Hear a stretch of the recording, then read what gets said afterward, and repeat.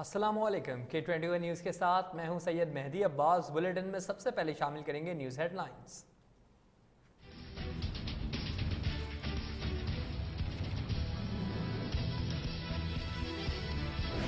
یہ official document ہے جو گورنمنٹ آف پاکستان کو، ہمارے ریپرزینٹیٹیو ایمبیسڈر کو نوٹس لے رہے تھے لوگ، جس میں یہ کہا گیا، اور یہ کہا بیسکلی یہ کہا گیا کہ اگر عمران خان رہتا ہے وزیر اعظم تو ہم آپ کے ساتھ ہمارے آپ تعلقات بھی خراب ہو جائیں گے اور آپ کو مشکلوں کا سامنا کرنا پڑے گا۔ اپنی قوم سے آج یہ سوال ہے کہ کیا یہ ہماری حیثیت ہے کہ وہ اصل میں یہ کہہ رہے ہیں کہ یہ جب جائے گا تو جو باقی جو آئیں گے واپس، جو دوسرے عمران خان کی جگہ آئیں گے، ان سے ہمیں کوئی مسئلہ نہیں ہے۔ اتوار کو ملک کے مستقبل کا فیصلہ ہوگا۔ قوم سے جو غداری ہو رہی ہے قوم نہیں بھولے گی۔ وزیر اعظم عمران خان کہتے ہیں نتیجہ جو بھی ہوگا قوم دیکھے گی، میں متحرک ہو جاؤں گا، چپ کر کے نہیں بیٹھوں گا۔ اس سے ڈسٹربنگ چیز کیا ہے کہ ان کے رابطے ان لوگوں سے ہیں جن کے ذریعے یہ ساری سازش ہوئی ہے، جو یہاں بیٹھے ہوئے ہیں۔ اور یہاں کون بیٹھے ہوئے ہیں؟ 3 اسٹوجز۔ اسٹوجز کا مطلب ہوتا ہے جو کہ بڑے وفادار غلام ہوتے ہیں۔ یہ وہ لوگ ہیں، اب یہ ذرا سن لیں کہ یہ چاہ کیا رہے ہیں۔ یہ چاہ یہ رہے ہیں کہ عمران خان جائے، لیکن اگر یہ آ جائیں واپس، یہ جو ابھی جنہوں نے عدم اعتماد کیا ہوا ہے، تو پھر سب ٹھیک ہو جائے گا۔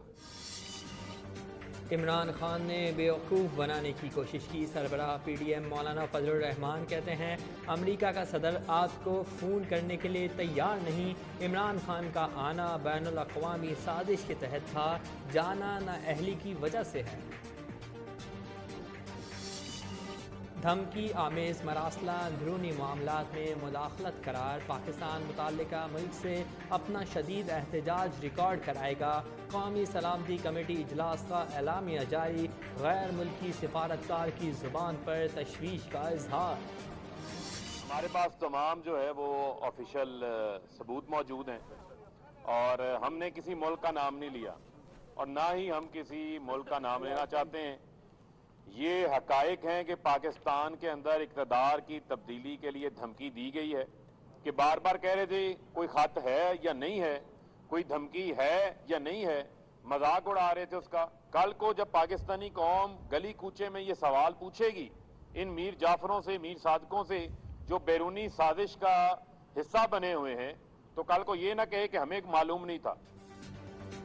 قومی سلامتی کمیٹی سے میر صادق اور میر جعفر بھاگ گئے۔ وزیر مملکت فاروق حبیب کہتے ہیں چوروں کے ٹولے کا مطالبہ تھا، بیرونی سازش کا مراسلہ پارلیمنٹ میں پیش کیا جائے۔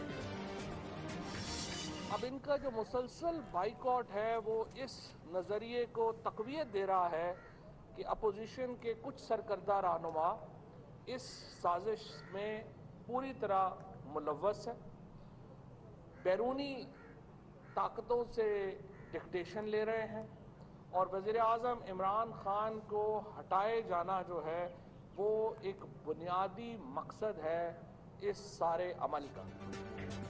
حکومت کے خلاف سازش نواز شریف کے اپارٹمنٹ سے شروع ہوئی۔ فواد چودھری کہتے ہیں اپوزیشن لیڈران کا انکار تقویت دے رہا ہے کہ اس سازش کا حصہ ہیں۔ اپوزیشن کے تمام لوگ سازش میں شامل ہیں۔ 4 چیزیں بڑی واضح ہو جاتی ہیں۔ نمبر 1 تو یہ ہے کہ پاکستان میں حکومت بدلنے کی کوشش کی گئی بیرونی قوت کی طرف سے، یہ واضح ہے یہ لیٹر پڑھنے کے بعد۔ نمبر 2 کہ جو طریقہ کار اس بیرونی قوت نے کہا کہ اپنایا جائے گا، وہی طریقہ جو ہے وہ بعد میں اپنانے کی کوشش کی گئی اور اپنایا گیا بھی ہے ابھی تک۔ حالانکہ ووٹ آف نو کانفیڈنس جو ہے اس کا اس کمیونیکیشن کے اندر ذکر تو ضرور ہے بار بار، لیکن اس وقت جب وہ لیٹر لکھا گیا تھا یا جب یہ ڈسکشن ہوئی تھی اس کمیونیکیشن کی، جب وہ جنریٹ ہوئی، تو ووٹ آف نو کانفیڈنس جو تھا وہ بھی ٹیبل نہیں ہوا تھا۔ हुकूमत की तब्दीली अंदरूनी सहूलतकारों के बगैर नहीं हो सकती। वफाकी वजीर हम्माद अजहर कहते हैं मरासले में जैसे लिखा था वैसे ही हो रहा है। हुकूमत बदली तो खारजा पॉलिसी भी बदल जाएगी।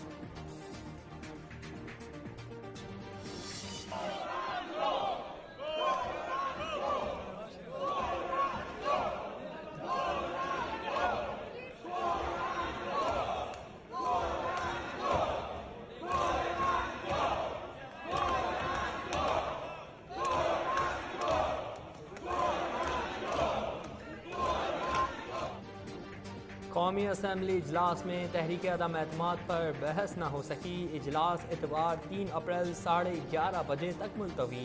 अपोजिशन का वोटिंग का मुतालबा। हुकूमती अरकान के लोटा लोटा के नारे।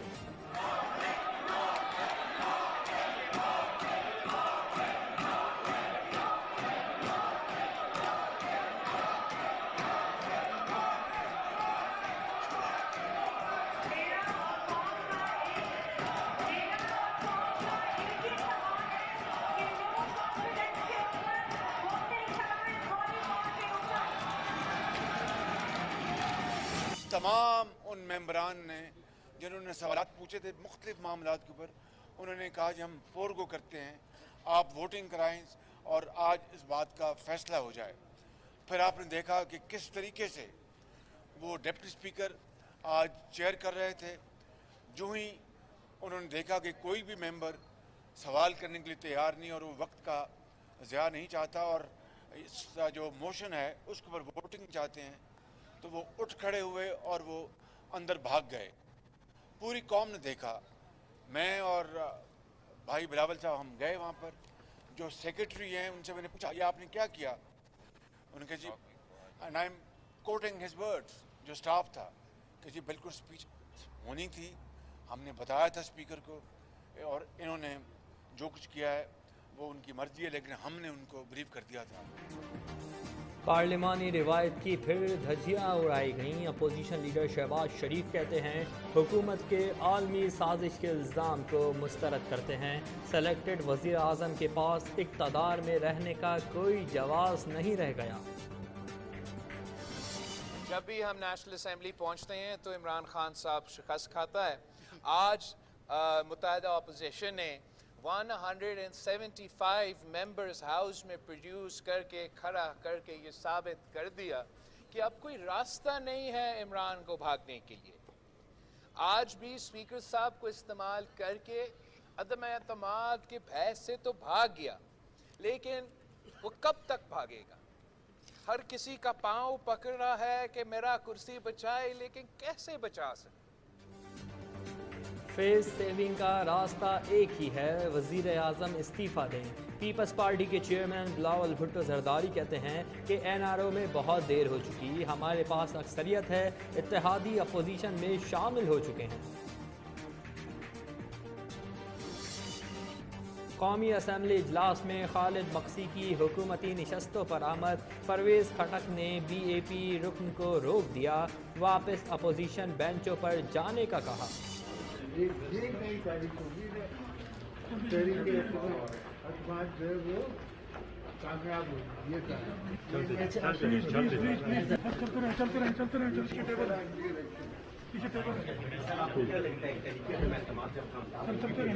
आराम से उतर जाएंगे या खून खराबा होगा या जिद करेंगे?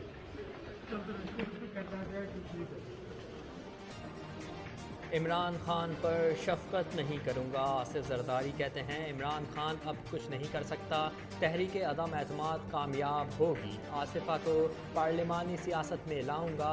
मुत्तहिदा अपोजिशन अराकीन के साबिक सदर के हक में नारे।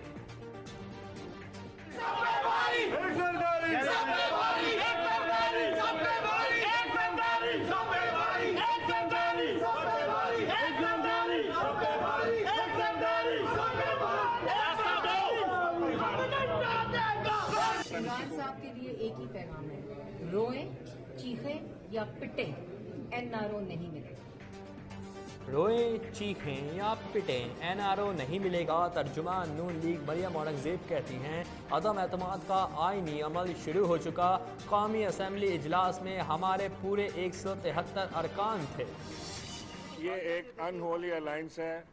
ये पहले भी MQM पीपल्स पार्टी की पार्टनरशिप का मज़ा चख चुकी है। मैं समझता हूँ कि MQM के जो फॉलोअर्स हैं, जो वोटर्स हैं, वो इस बात पे नाराज़ हैं कि जो ये फ़ैसला हुआ है, ये फ़ैसला किसी सूरत भी, आप लिख लें मेरी बात, मैं कराची से हूँ, कराची में पैदा हुआ हूँ, कराची में मरूँगा, कराची में ही मेरी तदफीन होगी। मैं ये आपको लिख के दे सकता हूँ कि ये MQM और पीपल्स पार्टी का जो ये इस वक्त अलायंस बना है, ये बहुत शॉर्ट टर्म होगा। MQM और पीपल्स पार्टी का इत्तेहाद बहुत मुख्तसर होगा। गवर्नर सिंध इमरान इस्माइल कहते हैं MQM पहले भी पीपल्स पार्टी की पार्टनरशिप का मज़ा चख चुकी, उनके वोटर्स फैसले पर नाराज़ हैं। नाजिम झोंकियो कत्ल केस में नामजद रुकने कौमी असम्बली जाम अब्दुल करीम पाकिस्तान पहुँच गए। कराची में पीपल्स पार्टी के वज़रा इम्तियाज़ शेख, सोहेल सियाल और शब्बीर बहारानी ने इस्तकबाल किया। वाना में दहशतगर्दों के हमले में शहीद जवान फौजी एजाज़ के साथ सुपुर्द खाक। शहीद लांस नाइक गुलाम अली पताफी का ताल्लुक टंडोला यार से था। नमाज जनाजा में अफराद की बड़ी तादाद ने शिरकत की। हैदराबाद में बम धमाकों से मुतासरा पटरियों की बहाली का काम जारी। कोटरी रेलवे ट्रैक्स को देसी साख्ता बम धमाके से उड़ाया गया। रेंजर्स को मुतासरा मकाम पर तैनात कर दिया गया। रेलवे पुलिस का ट्रॉली पर गश्त। DMC ईस्ट में गैर कानूनी रोड कटिंग, इदारे खामोश। निजी इंटरनेट कंपनी ने गुलशन इकबाल B13 में बनाई गई रोड खोद डाली। खादिम हुसैन को 4.5 किलोमीटर रोड काटने की मशरूत इजाज़त दे दी गई।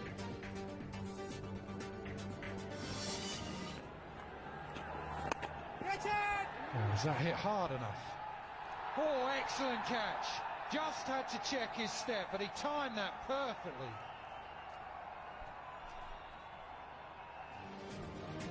पाकिस्तान ने ऑस्ट्रेलिया को 6 रन से शिकस्त दे दी। मेहमान टीम ने जीत के लिए 349 रन का हदफ दिया था। इमामुल हक ने 106 और फ़खर जमान ने 67 रन बनाए।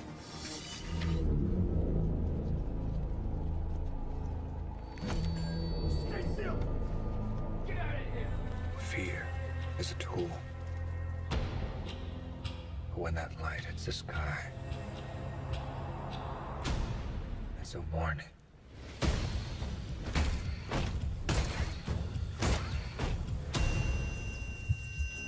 I've been trying to reach you. Marvin God! This is about a game. और बैटमैन साल की सबसे कामयाब फिल्म करार। 120 अरब रुपए कमाकर सबको पीछे छोड़ दिया।